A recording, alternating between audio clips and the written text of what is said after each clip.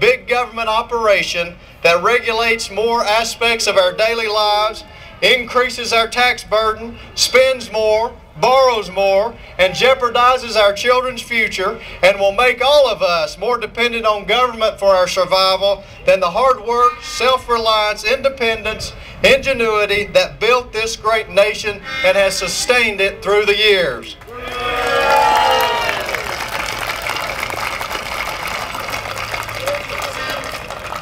And not only have we Americans built this great nation, we have improved the lives of millions of people in other nations throughout the world with food, humanitarian aid, technology, medicine, education, energy development, and the ability to produce and manufacture goods. And we have also been called on time and time again to come to the rescue of others, saving them from domination and takeover from the likes of the 1940s fascist Italy, Imperial Japan, and Nazi Germany, or the Cold War domination of Communist Soviet Union and their cohorts, or the invading of Kuwait by Iraq.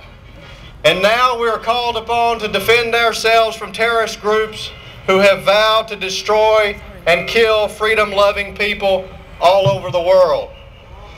And throughout it all, at the risk of our own peril, and with bloodshed, the American people have risen to the challenge with greatness, with goodness, and with generosity, making us different, unique, and special among the nations of the world, for which we should not apologize or ever shrink.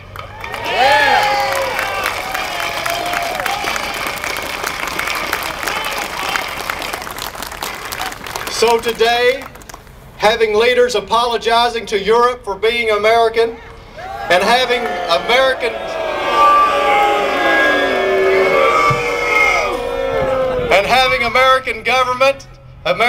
American government that spends more and taxes its people at record levels, we have awakened the sleeping giant of the American people once again.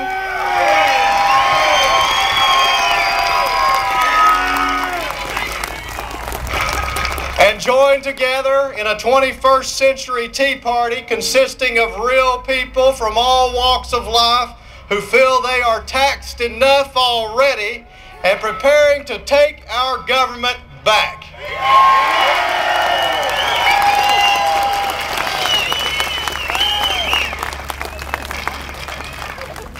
And to do it, we must rid ourselves of the typical politicians who have made their career avoiding responsibility and accountability.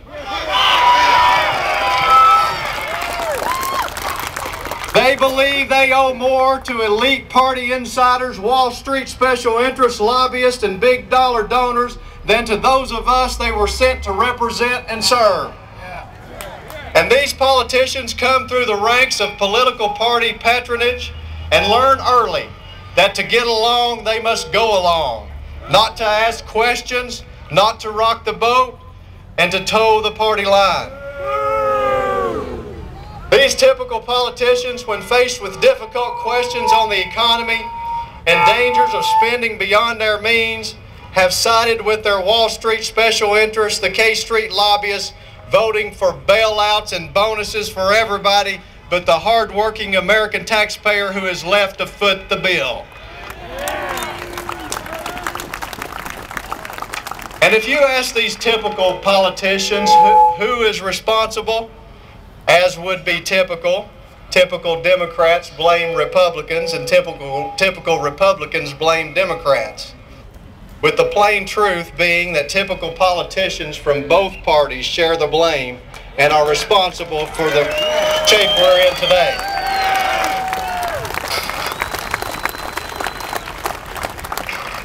For it is the Congress that is responsible and accountable for taxing and spending and oversight in the federal government. Not one dime of your tax money can be spent without the direct authorization of a majority of the members of the U.S. Congress. and both parties have recently held majorities, leaving neither of them with a reasonable excuse.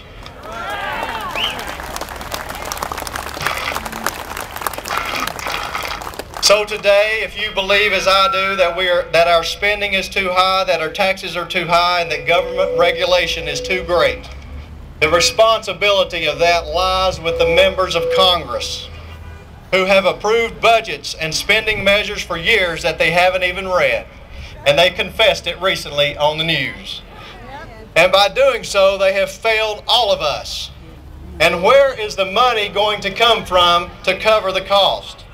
We, the people, being taxed with combined local, state, and federal taxes and fees at a rate of between 40 and 50% of our income. That means that you must work 6 months out of the year to cover your tax burden and obligation. And in addition to income tax increases, sale tax increases, property tax increases, to fund the corporate welfare, the bailouts, and the pork barrel stimulus spending, government, state, federal, and local are fee grabbing to the point of taking almost all of our money with emission testing fees, cell phone access fees, sewer fees, waste disposal fees, street light user fees I'm hearing now on the news, accident response fees, burglar alarm response fees, fire alarm response fees, red light camera fees, livestock assessment fees, stormwater runoff fees, pet licensing fees, death certificate fees, burial permit fees, state park access fees, hunting fees, fishing fees, assembly fees, and the list goes on and on. So if you're tired, as I am, of the business as usual typical politicians in our nation's capital, our state capitals, and in our county commissions, our courthouses, and our city halls, go to the polls en masse, and let's elect leaders that will represent our interest instead of their interest.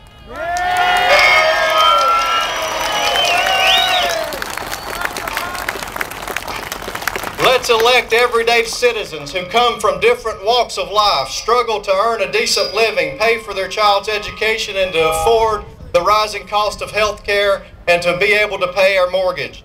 Let's elect leaders who didn't come from the traditional political paths to power that have failed us, and elect those who have a proven record of fighting for us instead of against us. Let's elect those who are willing to challenge the status quo, and when necessary, rock the boat and throw a little tea and take a stand.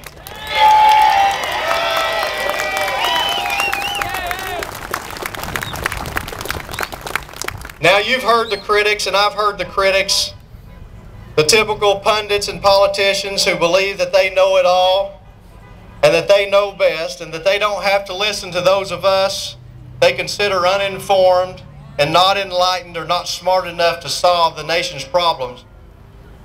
They are now calling us radical, and apparently, with the news last night, even placing us on national watch list.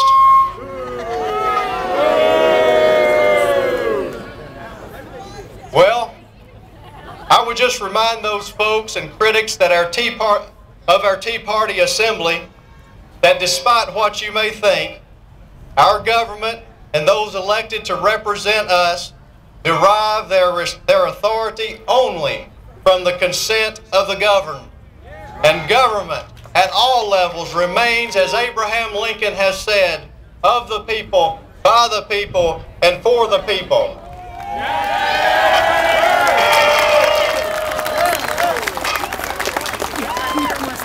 And we, the people, have the right to speak freely, peacefully assemble, and petition the government for redress of grievances.